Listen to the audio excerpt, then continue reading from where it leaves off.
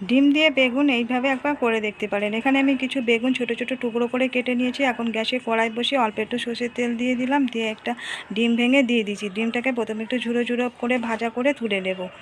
তারপরে ডিমটাকে ভেজে তুলে নিয়ে ওই কড়াইয়ের মধ্যে আবারও তেল দিলাম, দিয়ে প্রথমে এবারে পেঁয়াজগুলো দিলাম, দিয়ে পেঁয়াজটাকে ভাজা করে নিচ্ছি। আর বেগুনগুলোকে আমি একটু সামান্য নুন হলুদ দিয়ে ভাজা করে তুলে নিয়েছি। এখন এই পেঁয়াজের মধ্যে দিয়ে দিলাম আদা বাটা আর রসুন বাটা, আর দিয়ে দিলাম টমেটো কুচানো।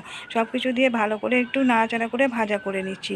দিয়ে তারপরে এর মধ্যে দিয়ে দেবো স্বাদ মতো নুন, হলুদের গুঁড়ো, লঙ্কার গুঁড়ো, ধনের গুঁড়ো, জিরের গুঁড়ো, সমস্ত মশলা দিয়ে ভালো করে কষিয়ে নেব।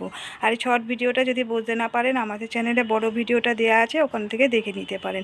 এবার একটু সামান্য জল দিয়ে ভালো করে মশলাটাকে কষিয়ে নিয়ে ভেজে তুলে রাখা বেগুনগুলোকে দিয়ে দিলাম, দিয়ে নাড়াচাড়া করে একটু মিশিয়ে দিয়ে তারপর যে ডিমটাকে ভেজে তুলে রেখেছিলাম ঝুড়ো করে, সেই ডিমটাকেও দিয়ে দিলাম, দিয়ে একটু নাড়াচাড়া করে মিশিয়ে দিয়ে নামিয়ে নিলে হয়ে যাবে ডিম বেগুনের রেসিপি। আর নামানোর আগে দিয়ে দিলাম ধনেপাতা কুচি।